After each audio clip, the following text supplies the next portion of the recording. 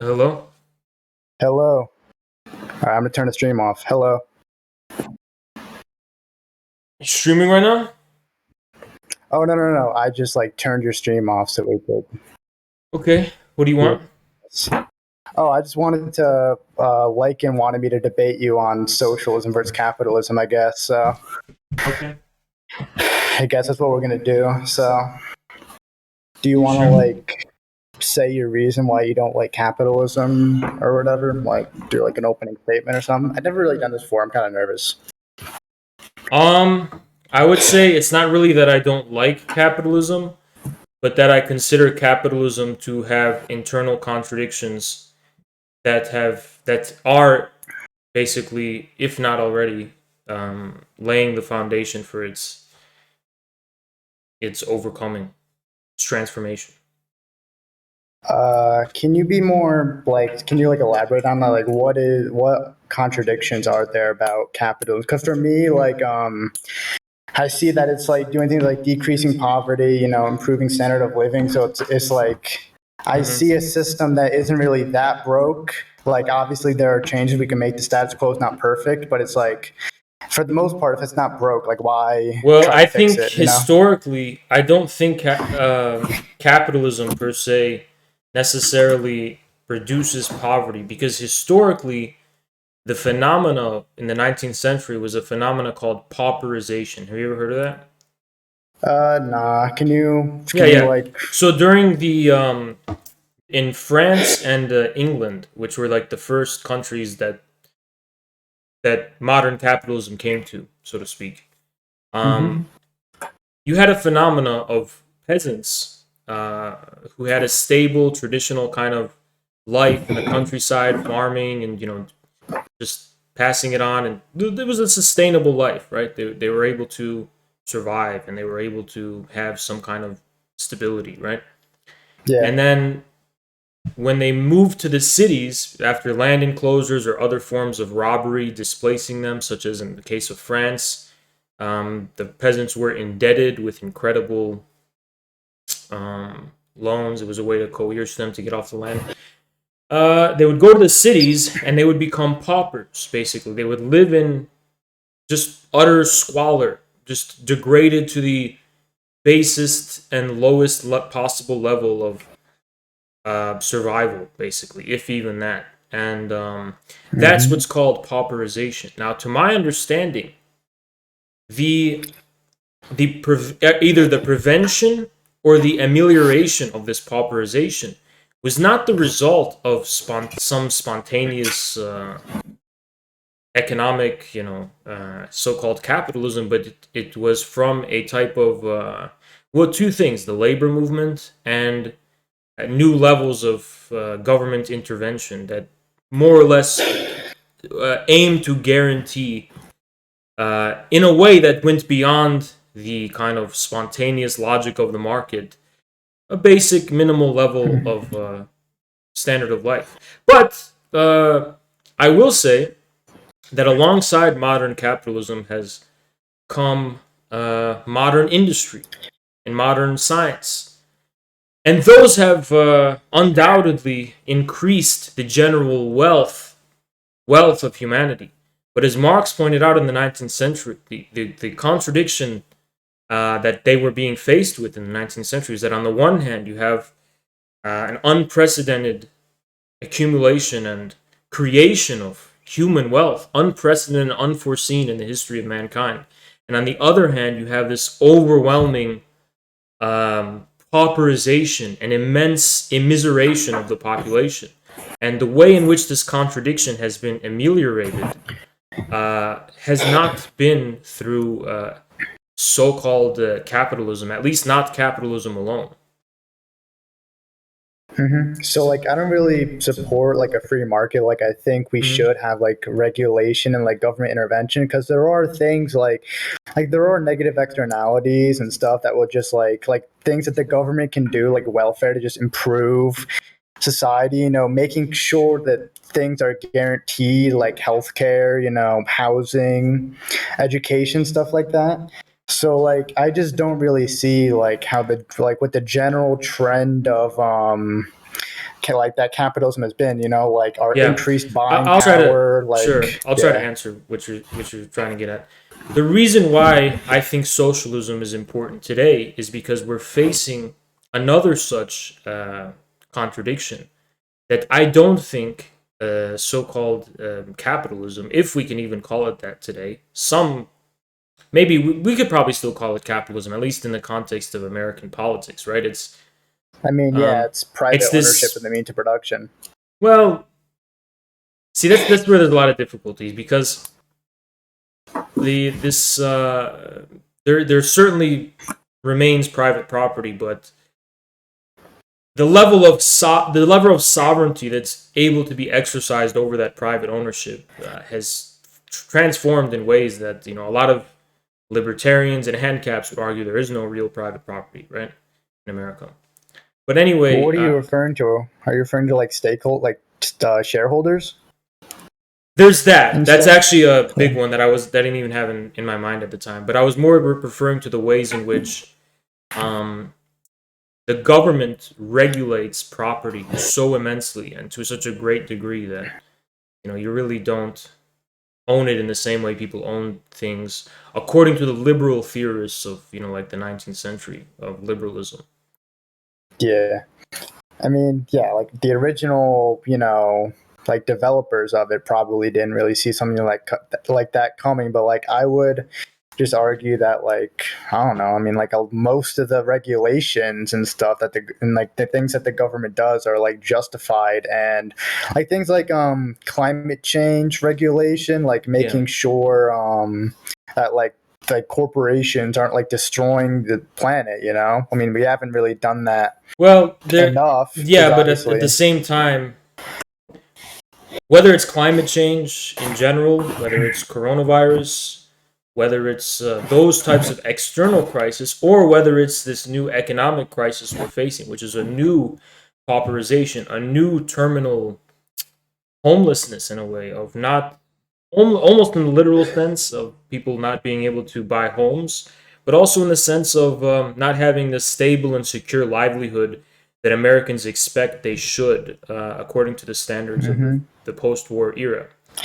So we're facing that kind of crisis, and the reason words like socialism are even being given any attention today in America, at least, is because people can see that something must fundamentally change to address this, and they call that Hmm. socialism. Well, the thing with the housing thing is that right now we're in a seller's market. So as like with housing, like everything else, like just like the overall economy, there is like a boom and bust cycle. So you have seller's markets, which would be like the like when there's a bubble, and then like there's a downturn in the market, so rents decrease and stuff like that. So it becomes a buyer's market. Buyers, have a higher say in the market. So Yeah, like just right now, just like at this very moment, we are in an economy with the housing market where it is where's like sellers pretty much, and they're like higher rents, and there is stuff that we can do to make it affordable. I mean, I don't really believe in zoning laws. I think zoning laws make it so that there's not enough housing, and so when you have a higher amount of housing, when you have a higher supply, prices drop. So that would make the housing market more efficient for buyers. right. And then you Yeah, also yeah. have some public housing that you can Right. do. I'll try to address the 2 points. The first one about the boom and bust cycle. I think the issue is that it's a long term trend, though. It's if we're talking about since 2008, we can pin down the housing bubble, right, to credit, to a level of excessive borrowing, both at structural level and at the level of consumers or buyers of homes in general. So the level of stability that people had before 2008 was an illusion, right? It was based in a credit bubble. Mm-hmm. Now we're in the post 2008 era, and it's clear we can't return to that old period following Reagan and so on. So I don't think we're just witnessing a boom and bust cycle. I think this is a fundamental crisis. How is the new generation going to buy homes in the way that the previous generation after World War II was able to do that? How are they going to be able to buy homes and have families and have stable jobs? I think these are not questions that I think these are not phenomena that will be resolved naturally, so to speak. And now it's this the second point regarding zoning. I think my problem in general with, and I don't want to use this as a slur because I actually mean something when I say this, neoliberals, people who, and what I mean by neoliberals is from the 70s and the 80s, who are basically looking at the level of bureaucracy and government intervention, are saying, if we just kind of turn the dial down and lessen the government restriction, you would be able to open up some breathing space for some economic activity. And to their credit, something similar was going on in countries like China as well, right, with reform and opening Mhm. up. So that's what I call them neoliberals because that's how that phenomena was translated in the West and in the UK and in the United States. But my issue with this type of thinking, which looks at a given economic problem and says, the problem is that the government is restricting and doing too much and otherwise preventing some kind of organic activity. I think it's one sided because it's possible that the government and its regulations stagnate the economy. But you cannot just let loose and let the market take control, whether in housing or elsewhere. For example, in the case of zoning laws, there's a reason why they're in place, though, right? They're in place because there are some areas in cities and so on that they don't want to be for housing. So I think a restructuring of the regulations rather than completely getting rid of them is probably much more intelligent in this kind of case. Okay, so to your, first point, I think like a case like 2008 is, when the government steps in and regulates banks, regulates the Sorry, do you like mean yeah, in response to the crisis or as the cause? just like, well, you can have regulation as a response to it and just like as future preventative measures just to make sure they don't misbehave at all. So I think that stuff like that is where the government steps in. And I think your point with like how does this new generation get housing? Well, I think that's also where the government steps in, doing more social democratic measures to make sure the newer generation has more disposable income. Tuition free public college. The reason why the boomer generation, it was so easy to get what's it called housing, was that college prices and healthcare prices were much lower. Mm, And so for the younger generation, it's much harder because they're being buried in student debt. That's why we need tuition free public college yeah. so that they can, not have to worry about that if they don't want to or they're rich. They can pay the debt off easily. Mm, So I just think that a social democracy, like my whole thing is like a social democracy fixes all the issues that yeah. socialists and communists and leftists Right. are trying to fix. Well, I think here's what I would say basically. I agree. I would be for and I would be glad if there would be an elimination of things like college debt. The problem is that these kinds of reforms, and I agree, if communists are in power, they will have to implement those same reforms as a social democrat would. Um, but the issue is that on a very practical level, even doing the smallest things, right now we find them stuck in a political gridlock in America where not just the Republicans, but even the Democrats will resist the most smallest and most reasonable proposals for things like that. Look, the social democracy of the 20th century today, from the standpoint of the Democratic Party, is just as radical as communism. Mm-hmm. And then another issue though with that is also um, social democracy did exist. It is in some kind of form. It existed in the United States with the New Deal and the welfare state. Through the Cold War, um, and it existed in Europe.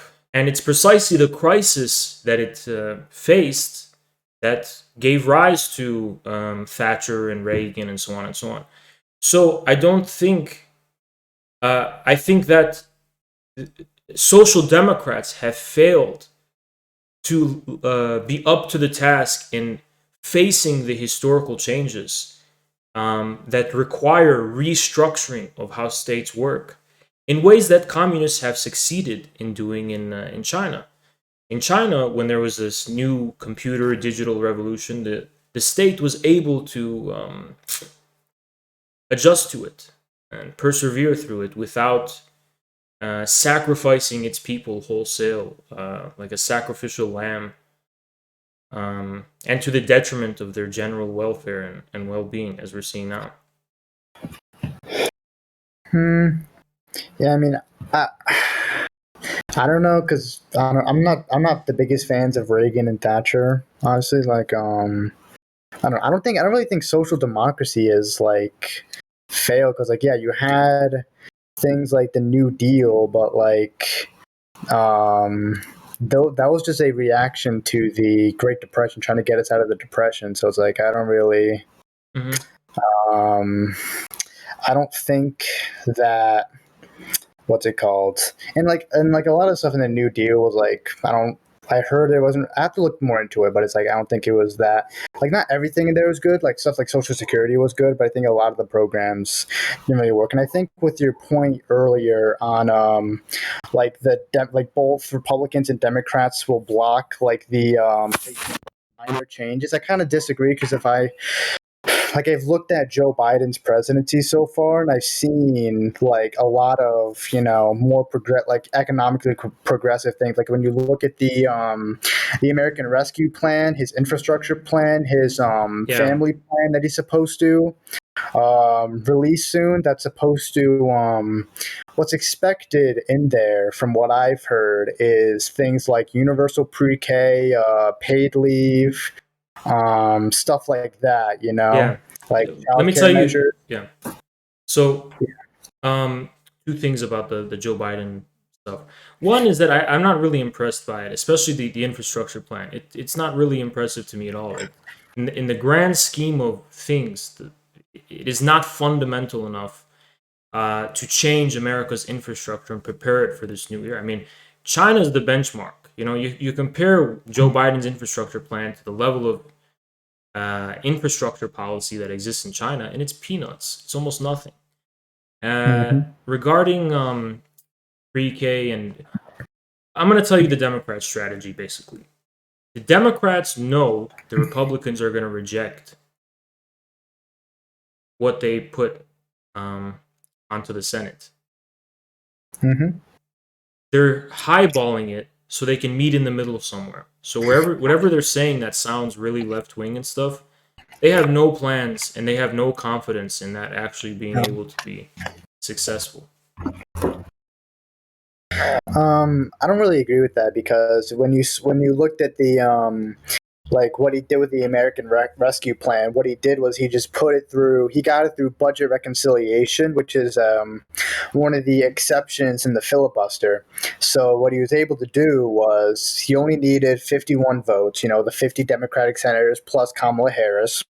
So the only people that he really needed to negotiate with was like Joe Manchin and Christian Sinema, which are the more like conservative Democrats, like the Dinos. So he can do the same thing with like all the other proposals, like social democratic reforms that he wants.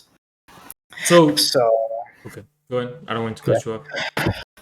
like the only thing that like I don't know, because they did kind of um you know what's it called, like they tried to get in the $15 minimum wage in there, but the budget parliamentarian or the Senate parliamentarian said that, like, oh, if you include this, then Republicans can filibuster. Which, whether or not that's legitimate or not, like they tried to get it and they didn't. So that's the only issue where I could like kind of see where the logic holds. Like with other stuff that was in the American Rescue Plan, like $1,400 checks, like expanding the child tax credit, having all these subsidies for like improve like building on the ACA, like improving the subsidies that came with the ACA, and like getting millions of people's healthcare back, and like getting like making healthcare more affordable for almost everyone who was uninsured.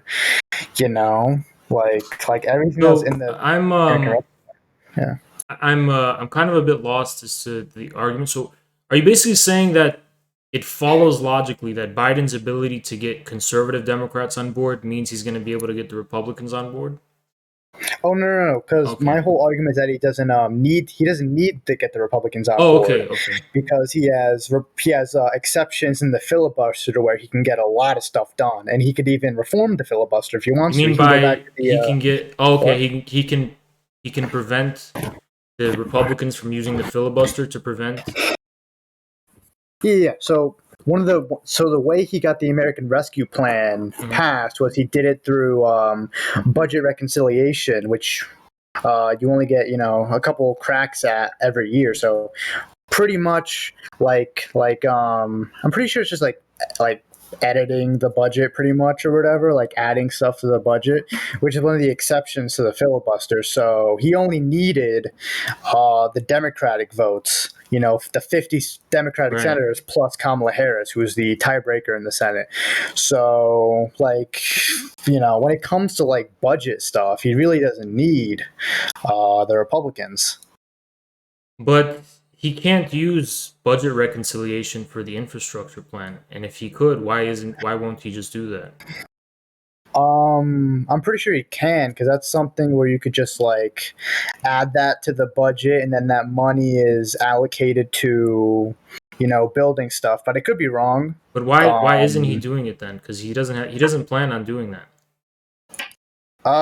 if he's not doing that, then I don't know. I haven't seen anything about the like actually getting it passed other Yeah. than like what he's Yeah. actually outlined. Because what I've been So seeing is that Biden has been hinging this on getting Republican consensus in the Senate. It hasn't actually been, using the budget reconciliation to get it passed. He wants to, his own words is to pretty much, work with the Republicans to be able to get it passed.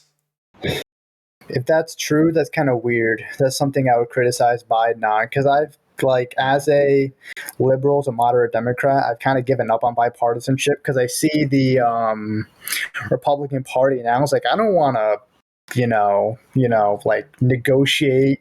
Like, if I don't have to, then I don't know why I have to be bipartisan and like compromise with this far right conspiracy party.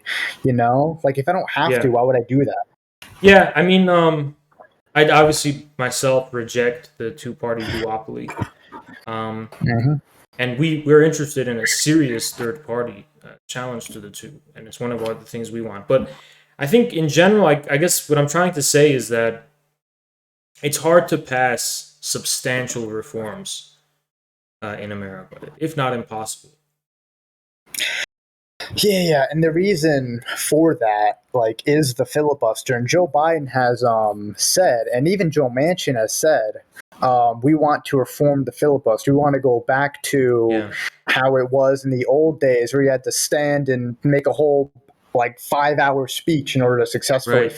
But I filibuster. think I think one of the reasons, though, the only reason the filibuster is being abused in America so much is because there's such an immense level of political division. And I think even if you were to eliminate the political filibuster, it's not going to eliminate on part of the other half of the country a fundamental resistance toward these plans, Yeah. and a rejection.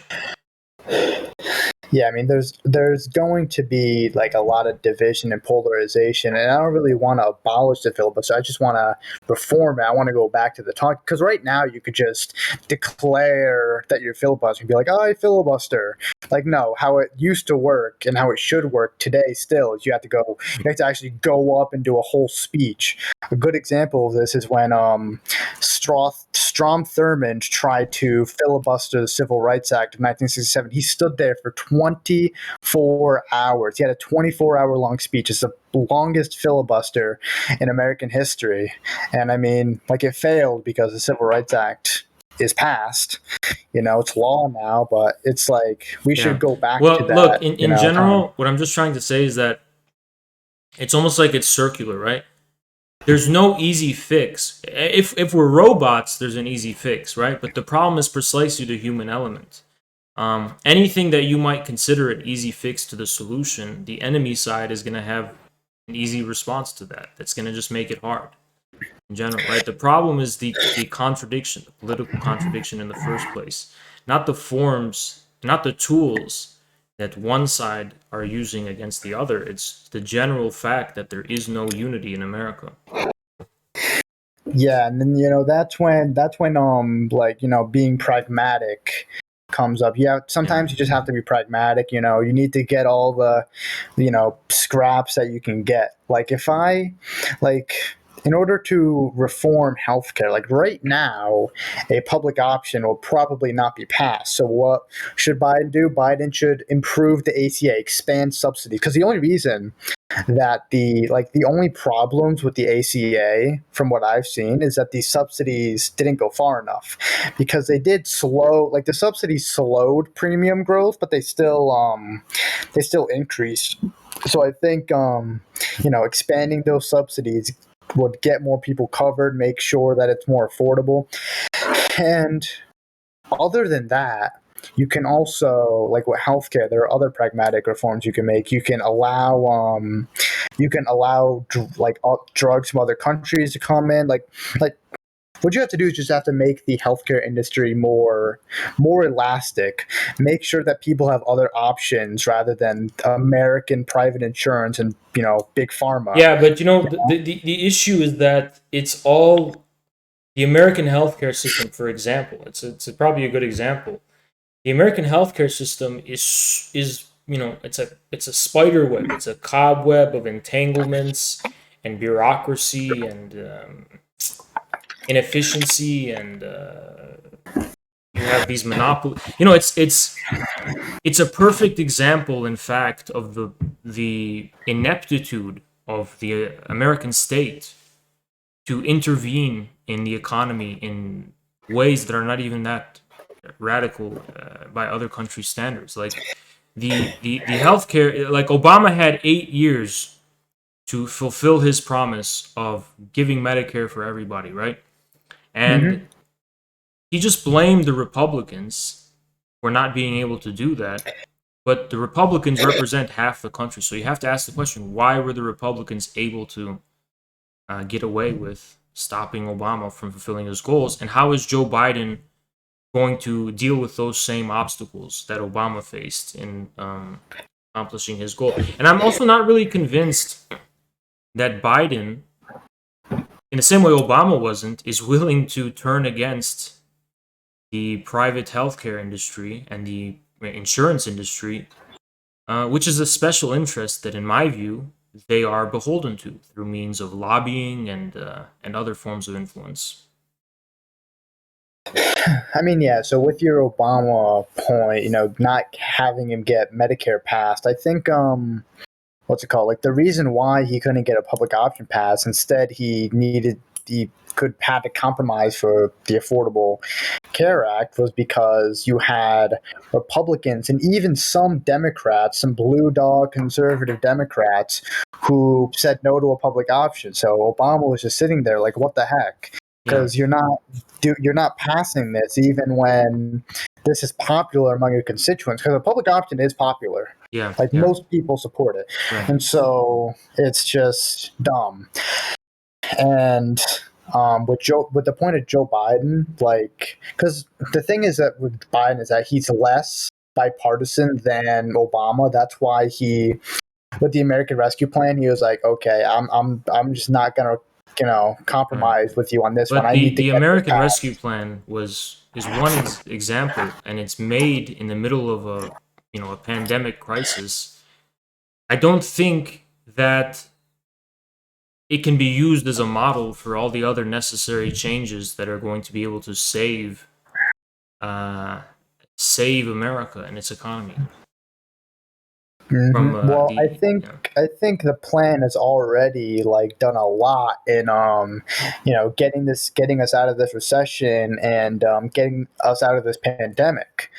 well, You know. yeah, but so when you say get us out of the recession, I suppose that might be true at the level of like the stock market and stuff like that, but has it addressed the more fundamental crisis of our common socius, right? Of our common social substance that the American people are facing, which is a terminal homelessness, terminal lack of stability and security, terminal uncertainty in the face of the future. What has it done to address that more fundamental crisis that is at the heart of the very political division that we're now seeing manifest Mm. itself? What we're seeing with the checks and the child tax credit expansion and the expansion in unemployment benefits, we're seeing Right, more quantitative. Those just are more quantitative, just though, yeah, not yeah more qualitative. just wait what? Those are quantitative changes, but they're not qualitative ones. Oh well, he's also.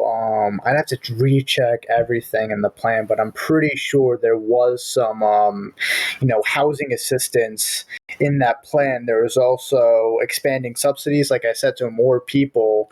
So, like all the people that were uninsured, almost all of them would see, cuts in their healthcare costs, and a big portion of them, I forgot the exact number, but a Yeah. lot of people were But just gonna sorry, get yeah, their healthcare, right. like But get you agree insured, though. You agree though that this is not going to save. This is not going to solve the problem. Well, the underlying problem is there are people, even in a prosperity, that don't have coverage, which is why I support a public Right, option. but I think Ideally, you're not really seeing the bigger picture here because coverage is only one facet of this issue, this more general fundamental issue. Um, the plan does not do anything to address the more fundamental crisis facing the American people into this new fourth industrial revolution and into this new future, as they're calling it. yeah. I mean, you could argue that it hasn't done enough, I guess, but I think Well, it was. it has extended the mechanisms of a previous system to a level that is somewhat trying to keep the country afloat, just barely, if even. But it hasn't. It's not much beyond that.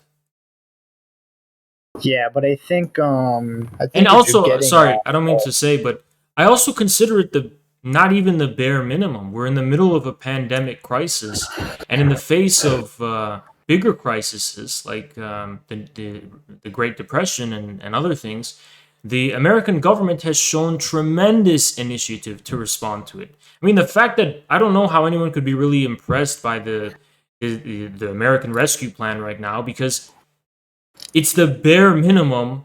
It's not even the bare minimum of what a government's supposed to be doing in the middle of a pandemic.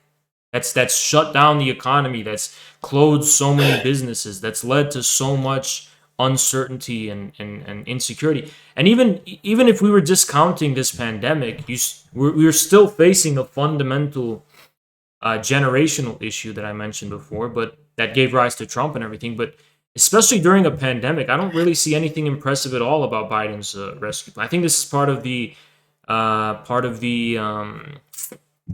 business as usual of what the government should do passively, not even actively, but passively.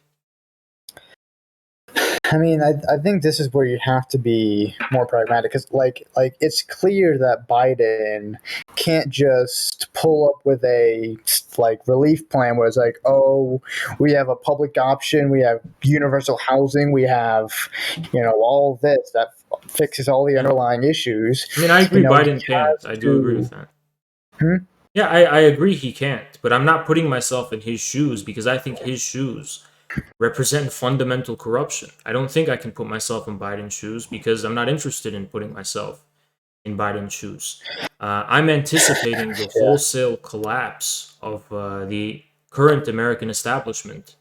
And my view isn't that yeah. I think Biden should be doing something different. My view is not even that Biden should fall. My view is that Biden and what he represents will fall. Um. Well, I mean, to the extent that Biden is corrupt, and the extent where he even can, just full on, even if he is corrupt and bought up by these industries, to the extent where he even can just, you know, one. 100% just simp for these big corporations that are funding him and not do things that are popular with his constituents because he needs to get elected. He needs to Right. make promises that are popular and Yeah. support, and he has to actually go through on these. And empirically, most presidents, or like for the most part, every president, with the exception of probably Donald Trump, have has kept most of Right, their but I campaign think you're not promises. really understanding what I'm trying to say because you're putting yourself in Biden's shoes about he needs to get elected and stuff. But I'm basically saying that we can't even put ourselves in Biden's shoes because those shoes are a big club and we're not in them. Those shoes don't represent what any normal, rational person would do in some vacuum. They represent the shoes of someone whose job is to defend and fulfill the interests of not the American people, but a small segment of the American people that stands against the majority. Are you referring to like I'm like the referring one to, percent? well, I'm not even just referring to corporate America. I'm referring to the established. I'm referring to this well connected big club, this network of people, this network of ties and friendships and family and connections. The big Yeah. club, basically, that George Carlin talks about. I think Biden serves those people. He serves that kind of institutional consensus at the expense of the real interests and sentiments of the majority of the American people. I don't really see that because, for one, there's a study that I could probably find and send where it's like the interests of Americans at the median salary and Americans considered upper class. For the most part, they are really not that different. Like, they support like the same, policies when you're only talking about income.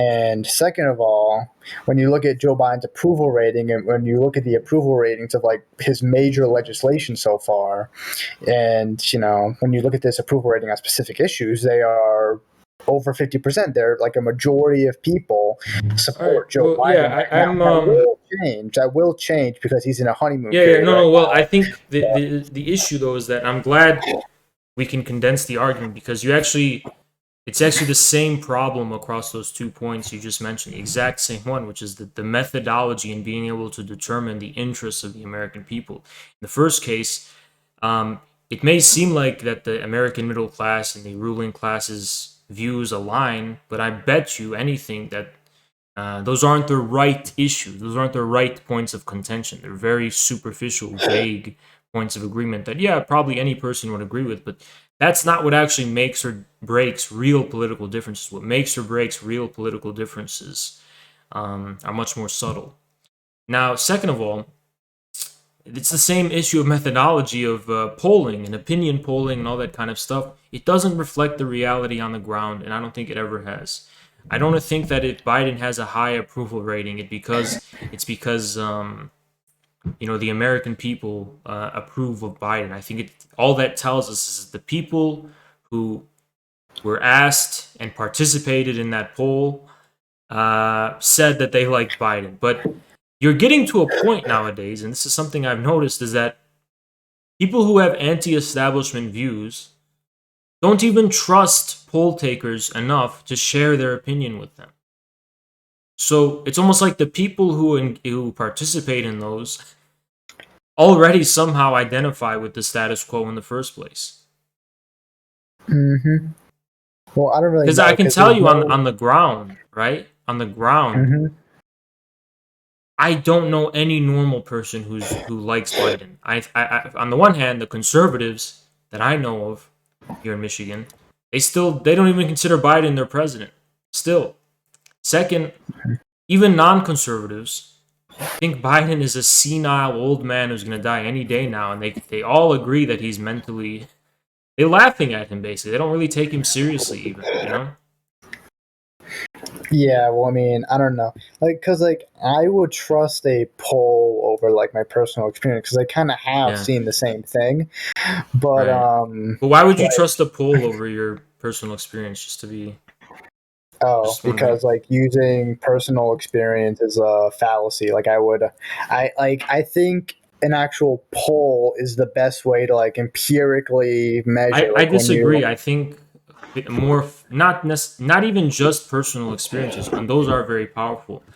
I actually think common sense is the best way because in the case of common sense, it's a matter of your conditions of possibility. If something happens, for example, in somewhere you don't even live, and it's revealed to you about how people are and how people think, that's a better indication of where things stand. But I think you can deduce a lot from personal experiences. As for polls, many statisticians have pointed out that the methodologies these people are using are garbage. And many have pointed out that the nature of these polls are themselves fundamentally flawed. They don't really touch upon the essence of political divisions and contradictions and disagreements and realities in the country. If personal experiences aren't the best, well, polls are not certainly not better. They're probably a lot worse. um, I mean, I don't know because it depends. I think it I depends think on what the best poll. indication is how people act. You know, it's how people act, not really polls. It's how people act on a mass scale. So, for example, how they vote, and also this is a big one, whether they vote, right? So those Mhm. are way better indications of where people stand than Yeah. opinion So when it polls. comes to like, so when it comes to like, because we can use the 2020 election as an example. So it's like, I think it's like we had 70% turnout this year.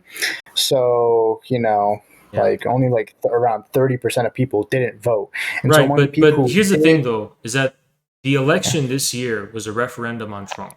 It was not and it's not an election about whether people like Joe Biden. I don't know.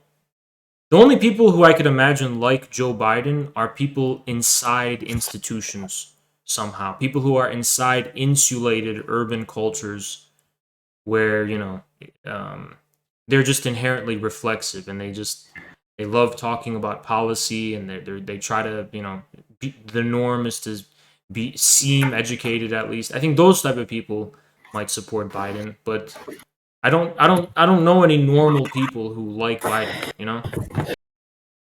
I've never heard of that. um I've never heard of normal people loving Biden. I've never heard of that anywhere. If I saw that phenomena, I would be very surprised. Like if I found out there was a town somewhere of normal people living in it that just love Joe Biden, I would love to investigate more and just try to understand why because I've never honestly never seen that. well, anecdotally, I have my family members, my dad, my stepmom, my Hmm. like my mom doesn't love Biden, but like I'm pretty sure she likes him What is because her like profession? what. What's her profession? She's a para. She's one of the people who like are at the schools and they like walk Yeah. around with the special needs kids. Hmm. That's her. Yeah, yeah. So, I mean, so that's kind of like a more institutional background, though, especially but educated, it's like institutional. But it's like a lower class job though. Like she No, doesn't get yeah, I paid don't doubt it. that I don't much. doubt it. But it's not. Those people are more reflexive in their views though than the average person because they're more educated.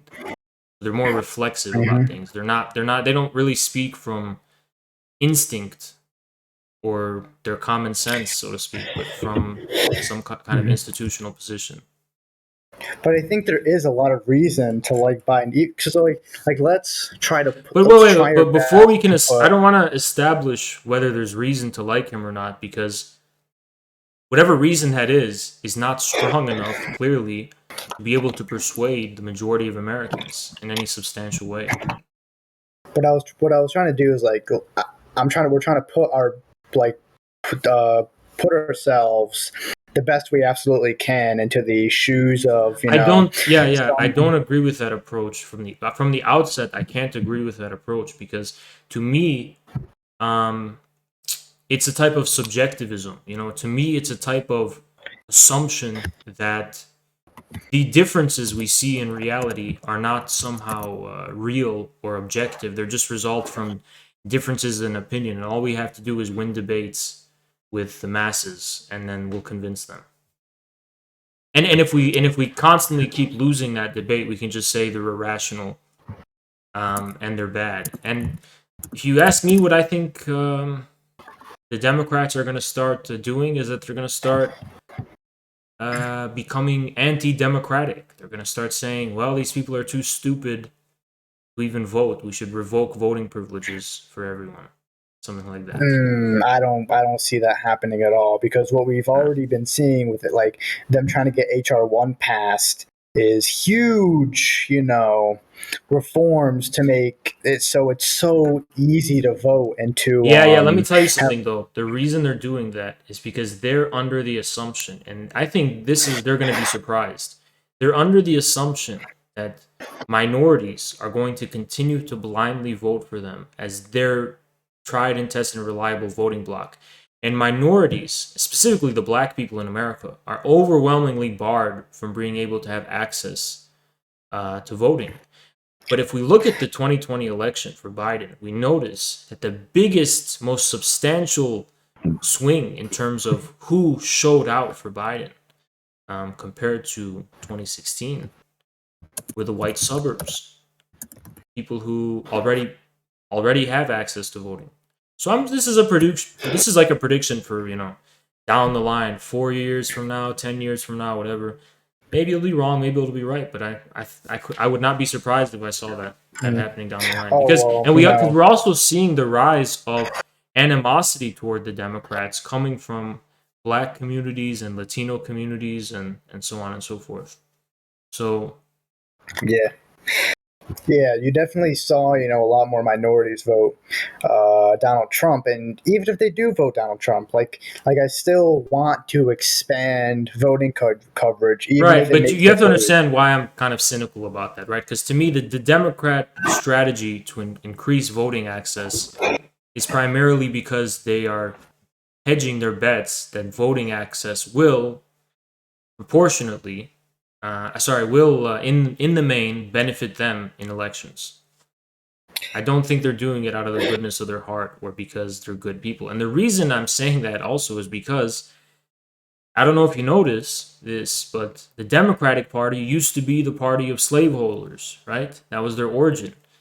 And Hmm. they changed according to time and circumstance. So this is how it works in politics. It's not no one does anything out of the goodness of their heart. Well, there was a party switch because you Yeah. had No, I know why. Democrats Trust me, who. I know why. I'm just saying Oh, okay.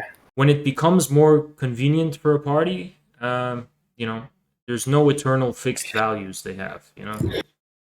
Yeah. Well, my whole thing is like I don't want to assume bad faith, even if it's with politicians, without It's not giving really a very strictly good reason. bad faith. It's more kind of pragmatic, real politic type of mentality, which is like the Democrats want this because it benefits them, the Republicans want this because it benefits them. It's that type of mentality. It's not really bad faith per se, but I have no reason to assume the Democrats would be committed to a policy not down the line and down in the future, which could end up hurting them and their chances to get elected in terms of Mm-hmm. the content.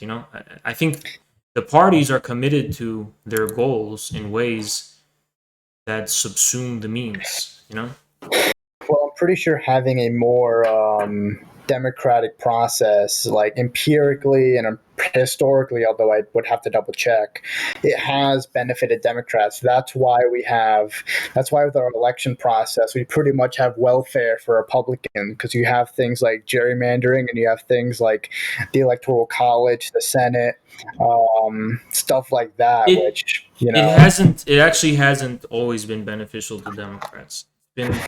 It hurt Democrats when voting rights were extended to black people in the South. mhm. Yeah, that was So so long ago though. That was like because now the Democratic Party is kind of the party of like police reform and Black Lives Matter though. So it's for example, getting rid of or like striking down the Georgia bill or like what's it called? Like granting voting rights to felons would um would yeah, help yeah, that yeah. I because think, but the Democrats are on a sinking ship. So basically, they're trying to appeal to the black community to win their votes, which is the reason they're doing that. And they're also at the same time trying to appeal to the white moderates, white suburbanites. So they don't actually really, if you notice and read between the lines, the Democrats don't want to be the party of Black Lives Matter, so to speak. They don't want to, in the sense of, they don't want to be the party that's being associated with abolish the police and all that crazy leftist stuff.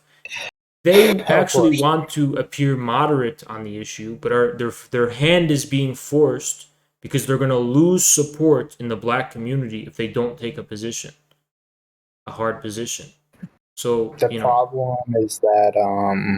The problem is that like because Black Lives Matter, like with the violence, and don't get me wrong, I support Black Lives Matter, but with a lot of the okay, wait, I you know just so this discussion doesn't veer off. Let's go back to the original point, right? The original yeah. point is basically that we're trying to get at, I think, is that we began with the view that it's next to impossible to substantially reform things at the political level right now in America. And Mm-hmm. that we cannot keep, or I refuse to at least keep uh, acting like, oh, I can just blame Republicans and half of the country for being wrong and me being right. It's I as think a simple lot as of that that. is legitimate, though, don't you think? Because I mean, No, I don't. I we don't think it's. have I don't think it's legitimate whatsoever. I don't. I I mean, think it's fundamentally arrogant. I think it's a type of arrogance. I think real wisdom means if 50% keeps rejecting you, you're doing something wrong. You need to do some introspection and figure out why that is. I think I'm one of those people who thinks there's always a wisdom of the people. Always. I don't buy that because that's like saying if you tried to, push desegregation at a time when, the vast majority of the population opposed it, it's like, oh, you're doing something wrong. Well, even if almost No, no, everyone no, no, no, no, opposed, no, no. Here's the thing. Here's the difference. Two things. Segregation was actually successful. They actually were desegregation. Sorry, was actually successful. They were able to.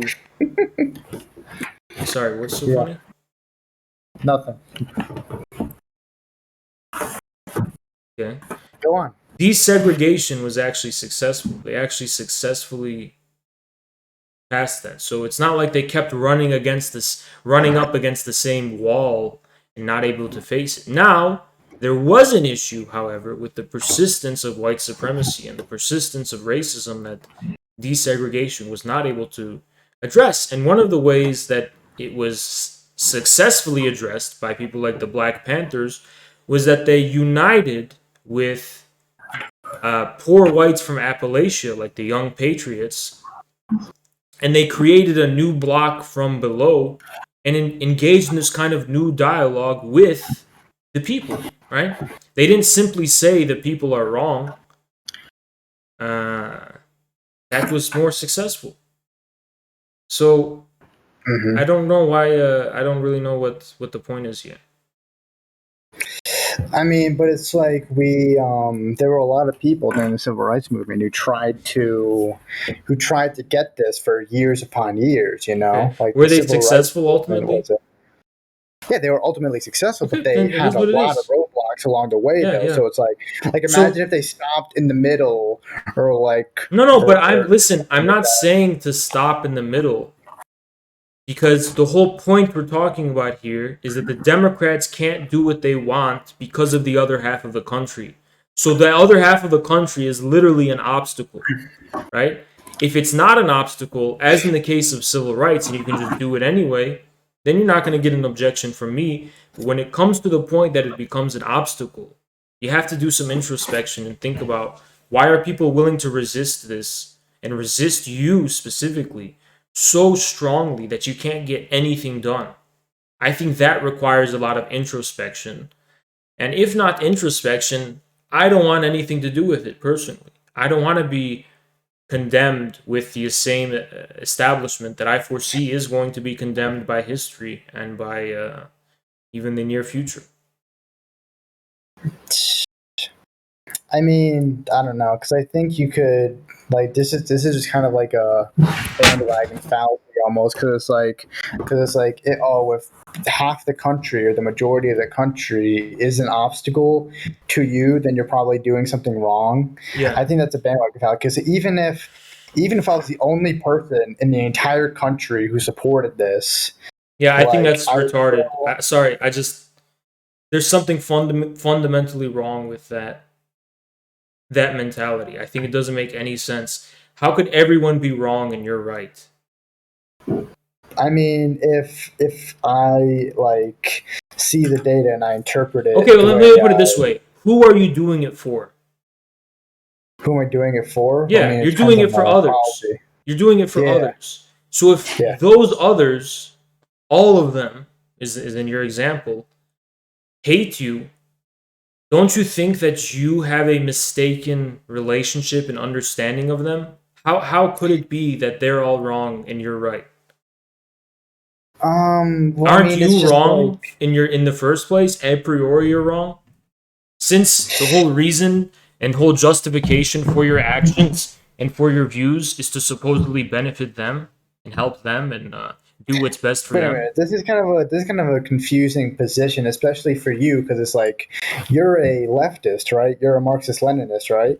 So it's like if you take position Oh, which in wait. Sorry, America sorry. only. Before we head down this path, I'm assuming you've watched our YouTube channel. You reviewed a substantial amount of our videos, so you actually know what my position is. Because I've please don't make watched the. assumptions. Don't make assumptions about me just because I call myself a Marxist-Leninist. Because it sounds like you don't know anything about me. Um, Oh well, if I'm wrong, then I'm sorry. You can clarify. But I've watched the thing you did with Vosh, and I watched the thing you did with Socialism Done Left. So those that's listen, kind that's of not my. our content. Our content, we have a video what infrared is all about, and we have a video talking about the meaning of. We have a lot of actually real important educational videos. That's okay. I'm not saying you have to watch those, but if you want to start making arguments, assuming what my position is, that's what you have to do. Otherwise, Oh, let's keep it confined to what I've already said here and not make assumptions about me because I call myself a okay. Marxist-Leninist. Oh, because like the point I was just trying to make is like if someone was I think I a know the point you're going to leftist, make, basically, right? yeah, Is that because it's Marxist-Leninism like is unpopular in America, right? yeah, Yeah. Well, if you watched any of our content in any of our videos, this question would already be addressed to you. yeah, yeah. So Yeah, like my perception our of you, position is that yeah. Marxist-Leninists in America have been wrong and have failed. They've failed. We've subjected them to the most ruthless possible critique. Not only just Marxist Leninists, but leftists in general. It's the crux of our whole position. It's why people call us Nazbols. It's why we have so much beef with so many people. So honestly, You kind of just embarrassed yourself by saying that, because it's the whole crux of our position. That's why I tried to save you from the embarrassment by telling you, don't make this argument, because you don't know anything about me. You don't know anything about infrared. Let's just keep it to what we've already talked about. All right, sure, that's my mistake. So it's like, um, Just don't make whatever. us don't make assumptions. I brought you in this call, right? And you wanted Yeah. to talk about capitalism and socialism. Let's just keep it confined to the train that we've had it on, or we can end it now and move on. But I'm just trying to get to the meat and potatoes of this, you know? We can continue. So, the thing is, like, you could just apply this to literally any heterodox position that you could possibly take, like any unorthodox Sure, position, sure. Yeah. and be like, oh well, you're in the minority, so how could you be correct? It's like if I Because no. yeah. No. You would be wrong. You're right. It does apply to any unorthodox position. And to the extent that you are giving expression to it and people are rejecting it, you are the one in the wrong. Now, if there's a deeper essence to your position that is correct, that may be true, but then it's your job to distill it in such a way that it can be persuasive for enough people for it to be realized. If it can't do this, it's worthless and it's nothing. I mean, I don't know, because it just seems like one big, like, bandwagon Okay, so I think we fallacy. can just draw the line here, right? You are committed to saying, I am right, everyone's wrong, and that's the hill you want to die on. We don't want to die on that hill. It's as simple as that. Well, I mean, it depends on the position, because I'm a fan We of. actually take the American people seriously as an objective force, not just a collection of subjective opinions that we're going to condemn as wrong because, according to our standards, they're wrong intellectually. That's the difference. It's as simple as that. We recognize the American people. I mean, like, I could just like. I mean, you could disagree with like most of the population, though. Like, you can take a heterodox position and No, still be because I would correct. have to be making an assumption about what the population actually believes in practical terms. And I cannot make that assumption. I cannot make the assumption that the population in America fundamentally will always reject my position, because to the extent that I fail to make the ideas popular for the American people is the extent to which I will change how I give expression to those ideas. I will never say the people are wrong and I'm right. I'm wrong somehow and the people are right. That's what I mean by the people's wisdom. I'm confused. Okay, now I'm confused by your position. So what you're saying is, if you have a heterodox position that the minority or the majority of people disagree with, and you can't persuade these people Then yes, into then like, it is either a false position or you have falsely given expression to what the essence of that position is. You are making an assumption about what is the essence of that position to the extent that it is correct. I mean, I don't know, because like if hypothetically, no, because I support like rehabilitative prisons, like what they have in Norway. Okay, So if I sure. take this position in America and the majority of people disagree with me and I can't persuade the American public, then I don't really think that my position is Yeah, still I don't think you're wrong, listening just to a word even I'm saying. because You're not listening to a single word I'm saying right now. It's really no, frustrating. man, It's been because like an hour. It's been like an hour. You're not listening to anything I'm saying, okay? What I'm telling you is that if you're sloganeering about making the prisons like Norway, I'm going to tell you why that's going to fail in America, because people are going to see that, oh, you just want to, we're already living in squalor, living in shit, and you want to make prisoners have a free ride and make them have a good time. I've been following the law and they're not following. That's how it's going to be. So yeah, it's fucking stupid to come out with that and tell people that's what you want, and they're not going to be wrong for rejecting it in that context. But does that mean in a more fundamental sense, if you get to the essence and get to the root why they're resistant to that policy, that they're just fundamentally and essentially opposed to reforming how prisons work? No, it doesn't mean that. It just means that you got to get your priorities in order, and you have to actually know about the implications and real meaning of what you're saying to people without just assuming that they're rejecting the policy abstractly and a priori. They're not doing that. They're rejecting the actual objective social meaning of what you're saying, which means something that you're just not aware of.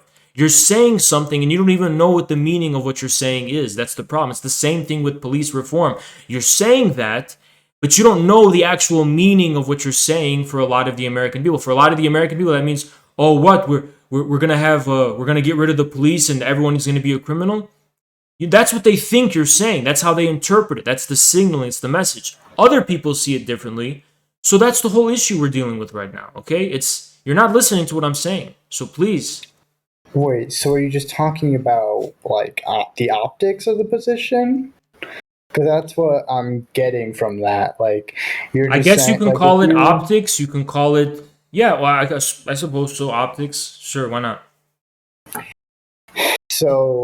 It's not just the optics. It's also the context and the meaning in context. Okay, so with your example, like for example, I'll give you an example of this, right? Okay, I'll give you no. Wait, let me give you an example of this so we can save time. Yeah.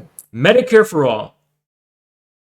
There was a lot of resistance against Obama for it from a huge portion of the population. Trump gets in power and Trump proposes Medicare for all. You think it would be unpopular? Fuck no, it wouldn't. Everyone would love Trump for it even more. So you see, Medicare for all is not the issue at essence. At essence, the majority of the population does not oppose it. It's just that there's a meaning to it that you're not aware of when you're throwing it in their faces. This is what I'm trying to talk about. Yeah, I think it's just talking about optics. So if it's not just optics. It's not just optics, because optics means, no, because what you were saying with Medicare for all is like, oh, Obama proposed it. Everyone gave him backlash. Everyone gave him crap. Right, and I'm not just saying Obama proposed it in the wrong way. I'm saying that people associated Obama and it with more than just the sum total of his policies. They associated Obama and the healthcare with the establishment, with the government they didn't trust, with things like that. That's what they associated it with. And the reason they, by the way, ended up associating with that is this is what actually Obama fucking did. The first thing he did when he got in power is he appointed Wall Street to his cabinet. He bailed out the banks. He gave the American people the cold shoulder. And he basically licked the ass of the Clinton machine, got absorbed by that machine. He got in bed with big tech. And only after getting in bed with the establishment was the Tea Party populism able to arise. And that whole story is what led to Donald Trump. Mm-hmm. I mean, okay. Because Obama ran as an anti-establishment candidate who was fundamentally popular. People loved they loved this idea of, yes, yes, we can. Let's change. Let's have us Medicare for all. They loved it. They loved it. Occupy Wall Street came around. What happened? People loved... that was after the Tea Party. Sorry. People loved all that stuff, right? But then when he got in office, what did Obama do? He turned his cold shoulder on the people. And then he has the audacity to blame Republicans on the other side of the aisle for not getting on board. No, he fucking dropped the ball and he fucked that up. His position was popular. It was popular. And he even got elected in 2012. He even got reelected in 20. That's how you know how popular it was. And those same people who voted for Obama both in 2008 and 2012, many of them went and voted for Trump. How does that happen? How does that fucking happen? Oh, well, a lot of people who are working class in swing states just vote for the person who is promising the most change. So in the 2016 election, I agree with that. Hillary versus Trump. I agree with that. Yeah. Obama promised change, and then he didn't effect any change. And that is what it is. Well, I mean, he did do some pretty good stuff. Like, I think but I'm trying to tell you is that the only reason there was a populistic backlash against Obama is that Obama, instead of creating a new anti-establishment base among the people, decided to take the easy route and cozy up and get in bed with the same establishment, the resentment toward is what got him elected in the first place. That's why his policies, which would otherwise be popular among the American people, became so politicized and polarizing. It's not because people give a shit about Medicare for all for its own sake. It's because there's a meaning of Medicare for all that connotes more than just the policy itself. I mean, okay, but like, okay, we gotta wrap this up. Is there what is, because it's been like 2 hours. How long has it been? An hour? We gotta move on. It's been a lot of time. Yeah. But yeah, I just think that like Obama did a lot of good. He was popular when he got out. Like he did a lot of good, and I think there is a difference between like what your rhetoric on the campaign and stuff like that versus what you're actually going to do in office. I think there isn't, because at least in the case of Trump, at least Trump was able to sustain the same movement that got him elected to be his consistent supporter throughout his whole tenure. He relied on that movement he did get in bed with the Republicans and shit, but at least Trump was able to sustain that. You know, he was able to sustain that Trump movement. Obama wasn't able to do that. I mean, Obama is still like very popular to this day because he's popular only because it's impossible for him to ever be in power again. And he's honestly not really popular. He's really not popular. He's not. I mean, he is because every president gets that, like, you know. He's popular relative to Biden and relative to Clinton. But at the end of the day, Obama, I'll tell you what Obama means for most people. Nothing. What was Obama? Nothing. More of the same. Nothing. I think when a lot of people, you know, see Obama, they see like social change that happened, you know, getting us out of the 2008 crash. No. Most people didn't experience getting out of the 2008 crash. They didn't. Well, we recovered from that. No. There is no we, dude. There's no we. There's no fucking we, dude. There's a whole opiate crisis. The media, we didn't talk about the opiate crisis. We didn't talk about the people dropping dead like flies from addiction. We didn't talk about the hardship and depravity and horror that the American people went through after 2008. We didn't talk about that. We talked about the stock market going green. We talked about shit like celebrities that don't relate to and means nothing for the majority of fucking people. We don't even exist, okay? The American people is not we. It's something else. And only because Trump got elected did anyone ever give a fuck to think and remember that they even existed. I mean, like, well, the stock market is a important. Well, guess what? I'm telling you, the people didn't experience getting out of the 2008 recession. They didn't. They didn't experience that because they went through a lot of hardship and misery and suffering that nobody cared about them. They just did it alone. Nobody recognized them. It's just a new normal now. It's just a new normal. Dude, why the fuck do you think shit like OnlyFans is blowing up? You really think people are doing okay and have been doing okay? They haven't, dude. A lot of fucked up shit happened since 2008. You just didn't notice it because CNN wasn't talking about it. It was happening, though. I'm telling you it was. 2008 was just the beginning of that nightmare. It was the beginning of a nightmare. It's not like the nightmare ended just because the stock market started going green. For the majority of people, that nightmare is what persisted and has been persisting.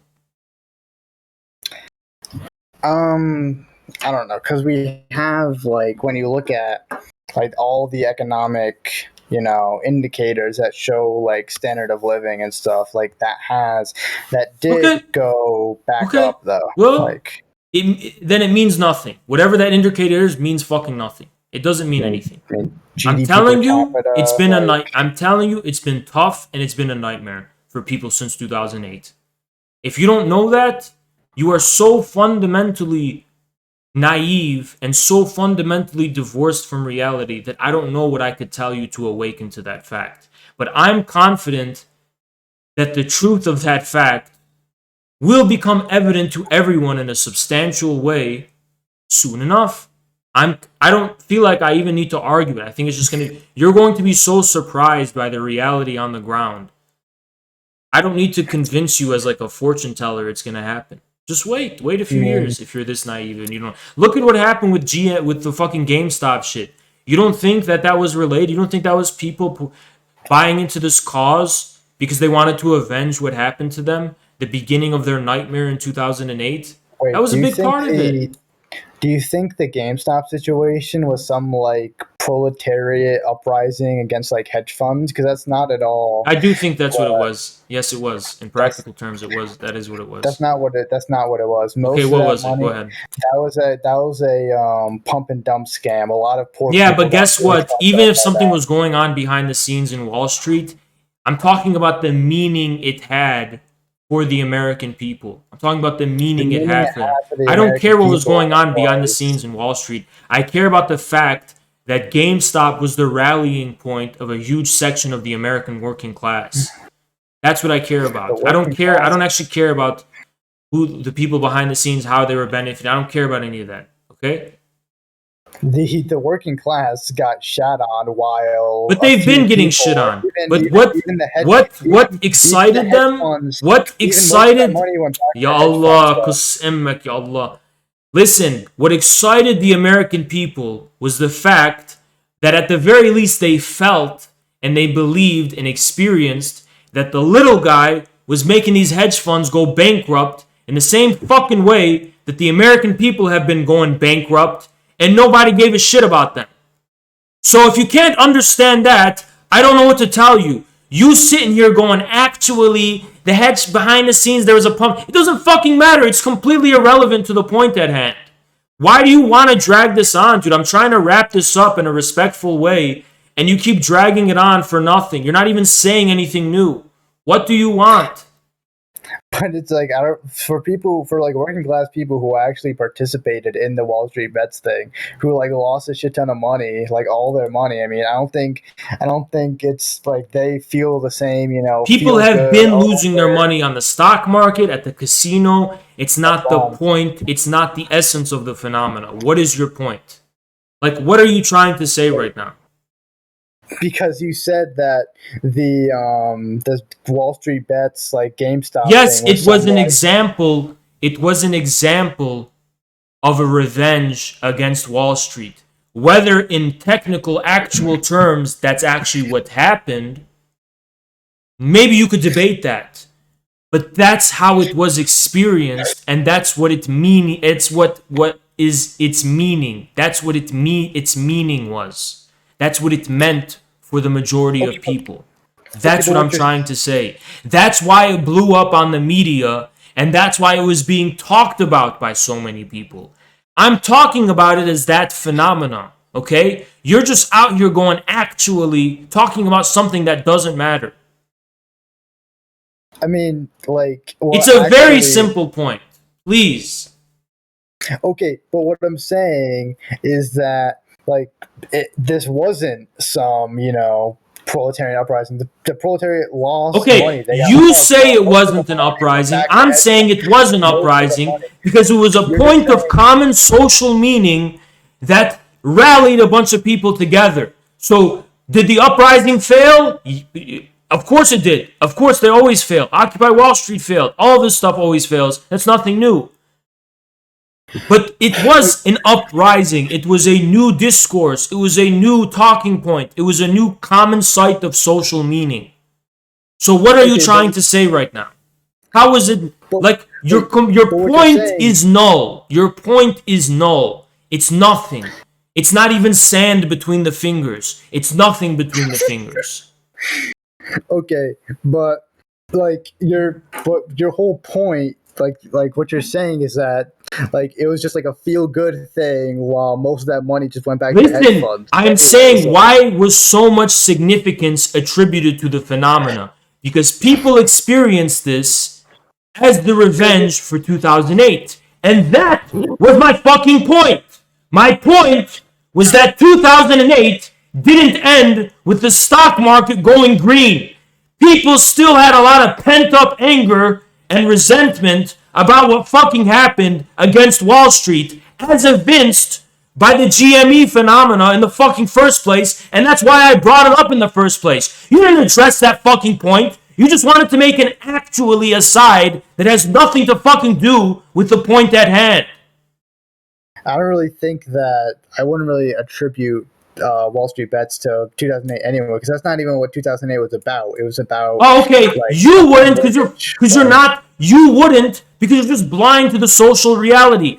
For a lot of people, they just wanted to fuck Wall Street, and that's what it meant for them. If you can't see that, I don't even know where you're coming from.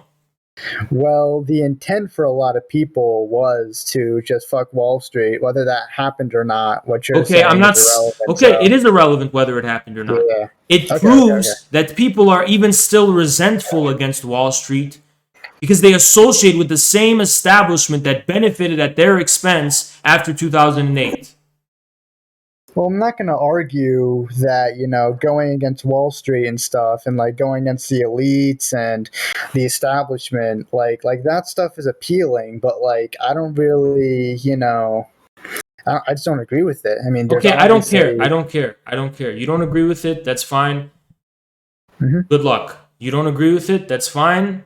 You're committed to it goes back to where I said we're going to draw the line in the sand to end this, right? You want to say, I am right, the people are wrong, and here I stand. Good luck with that, okay? We believe in the people. We believe and recognize in the American people, and you don't. That's our line in the sand where we disagree. Well, if the people are wrong, then the people are wrong. I mean, okay, good luck with that. Good. Marie Antoinette said the same thing. Good luck with that. Okay. Okay, is that all? Because I guess that's all. Okay. All right. Well.